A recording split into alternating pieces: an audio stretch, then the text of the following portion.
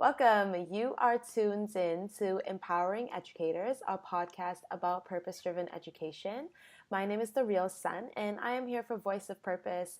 And today, I'd like to welcome my guest, Christos Vritsios, who is a teacher at the Etobicoke School of the Arts and teaches Cretan history, world religions, humanities, and social studies, and is also an activist within the school and centers around social justice and equity in a lot of the way that he approaches his teaching. So welcome, Christos. Welcome. Very nice to be here. Yes, awesome. Give us a little background on your path as an educator and some of what your priorities might be in the classroom.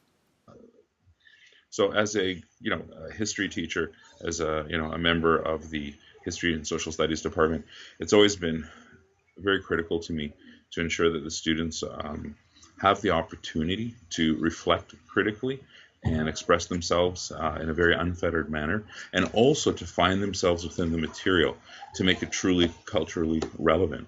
So right now we're exploring Canadian identity, and we've had the opportunity, of course, to look through the Canadian Charter of Rights and Freedoms and to think critically on it, and students were challenged to look through it and identify areas, strengths and weaknesses that they perceive within the Charter and how it applies to themselves.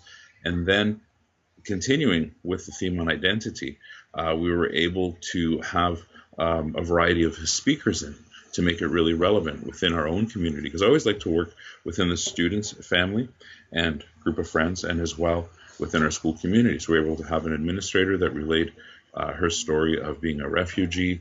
I've had a former student of mine, a graduate, a young lady who identifies as a person of color and was able to relate the struggles and triumphs that she's had in the education system. And it really resonated with the students because the students were able to see someone who, like themselves, is, an arts major, is, a recent graduate, which of course they will be.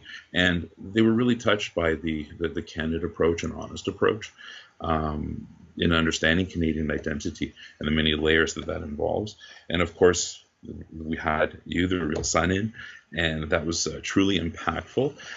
In terms of my world religion class, we've been exploring the reclaiming of identity and purpose through a documentary that we were just finishing called The Sundance, and it was about a group of First Nations who were able to use a very sacred ceremony from west of where we are here in Ontario and Quebec, and they were able to, in searching for their own identity and purpose, able to bring the Sundance to their community and really challenge them, themselves and explore their identity. And they were able to do that. And my students, as they were watching this documentary and we were reflecting and discussing in class, they saw the same purpose within your workshop, where that idea of the self, the idea of who are we really, where do we see ourselves, where are we going? And so not only are we learning, say, for example, on First Nation, Inuit, Métis, Aboriginal spirituality and world religion, I also want them to explore it from a variety of means. And the voices that we've been hearing and the material that we've been using has been from the First Nation, Inuit, Métis community. So before we've even jumped into the textbook, we try to ensure that the voices the students are hearing are voices from within a community and not others speaking for someone else. And that to me is very impactful. Yeah, and I was just going to ask you, why do you think it's important that we have these different examples of identity, and why is that journey of looking at identity important in the first place? Why is that a dialogue, do you think, that we should have with our students? It really dominates who we are. And when we're saying students need to be more connected to the material, they need to be more connected to what's happening, and we as educators, we need culturally relevant pedagogical approach. I mean, you must see the students as partners and include the students and have a variety of voices, narratives, because the liberal progressive approach that I grew up with, which is, we're always progressing forward. We take kind of the majority view, a very positive approach.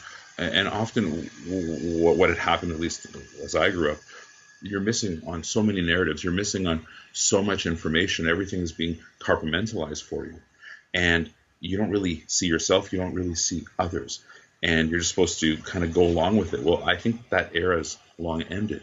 Beyond the Mm. numbers, beyond the dates, really having students challenge themselves critically, but also trying to find themselves and see themselves as they're learning, and that I find really engages them.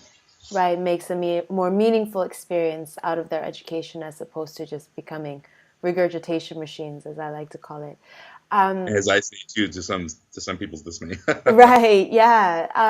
And I'm curious your thoughts on kind of this emerging paradigm around purpose-driven education, kind of as a lens that looks at education with the understanding that, or the opinion that the purpose of the education system should be to help students identify, align with, and build the skills, develop the skills to pursue their true purpose in life.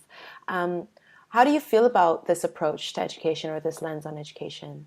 Well, again, as I've been saying, it's very critical for me that the human element is ever present. So Mm, first, I think it's a challenge, of course, the students to find themselves, right? And it's a life goal for so many of us. Who are we? Um, where have we been? Where are we going? But it is a challenge that we need to embrace. And beyond the numbers, beyond the dates, for example, now for say referencing Canadian history, to take the approach that all the many voices matter and their right. voices matter as well. I mean, the curriculum has just changed. If you open up the new textbook that we have, it starts with Canadian identity, and it's such a pleasure to be able to see, you know, to explore oneself first and the identity of the nation in turn.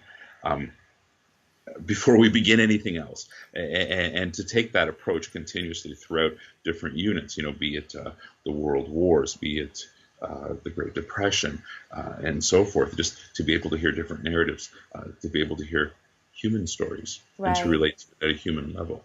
One of my assignments in World War II is having the students interview a family member, a friend, or a veteran, and try to understand the war from a human element, and I very much support even the domestic front, for example. I don't pick and choose for the students, and it's a wonderful experience for some of them come to me and say, "I learned about who I am. I learned about my family because of this assignment." Mm, yes.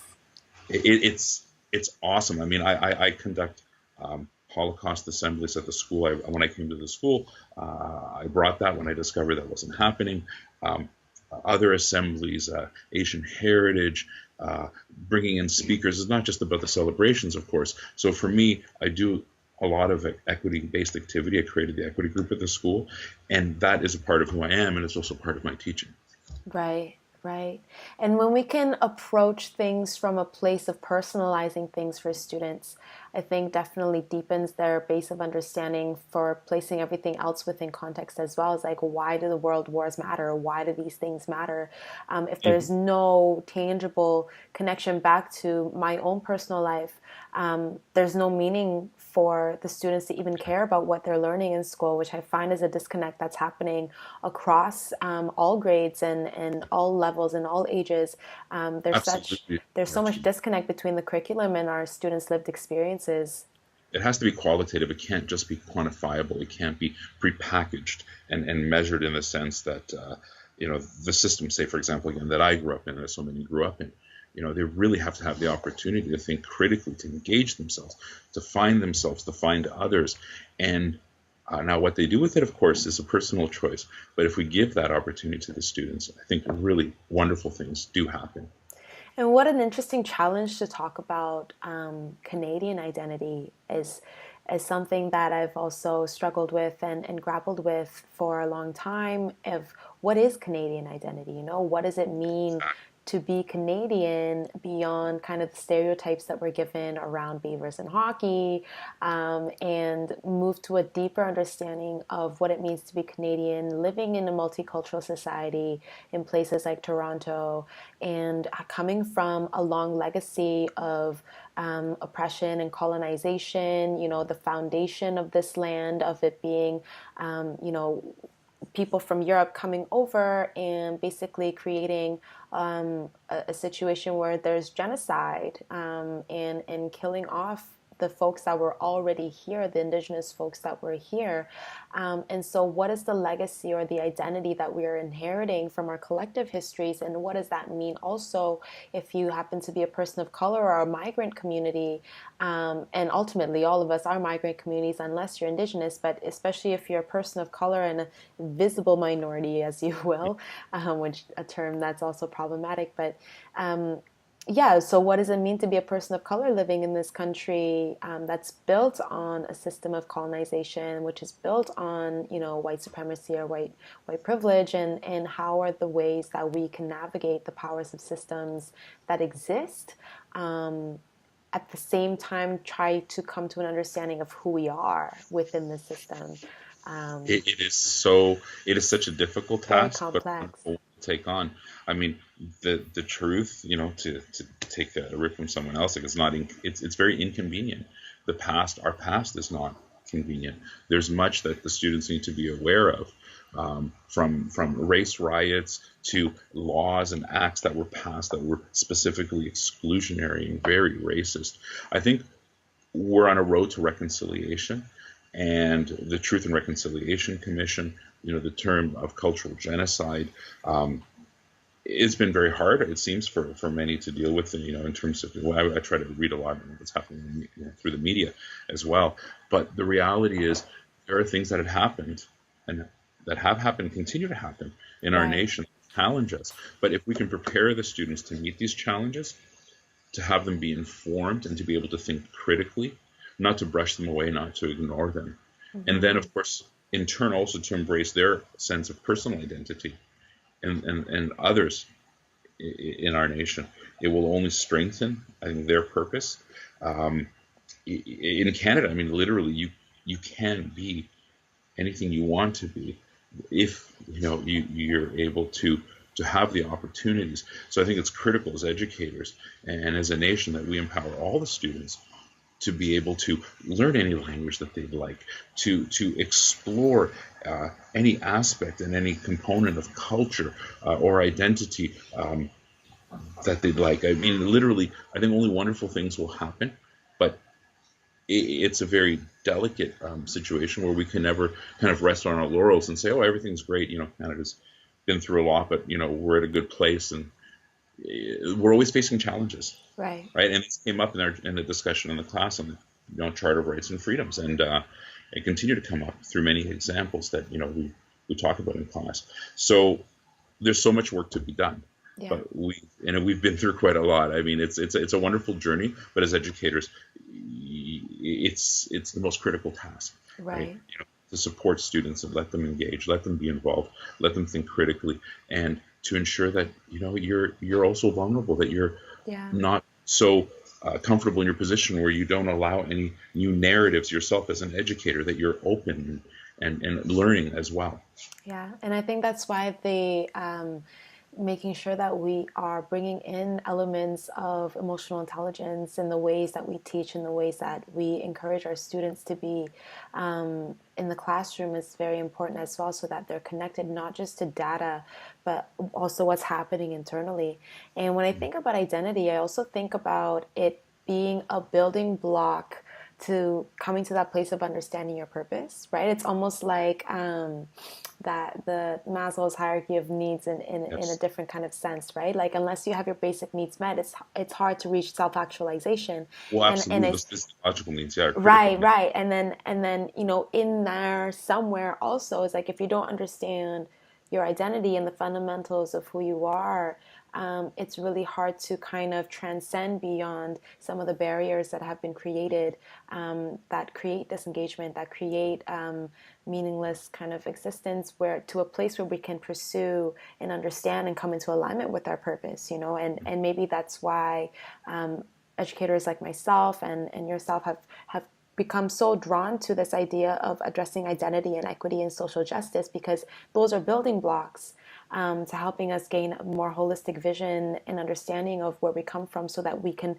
in a real much deeper way, have an empowered move forward to who we're becoming and where we're going. So thank you so much for the work that you do, and Very for continuing to push your students to think critically and think beyond the boxes and to look at history critically and to also pave a future forward that's for the betterment of everybody, really, ultimately, in the practices of equity. So we do have to wrap, so I want to thank you very much for your time. Do you have any last words that you'd like to share with our listeners?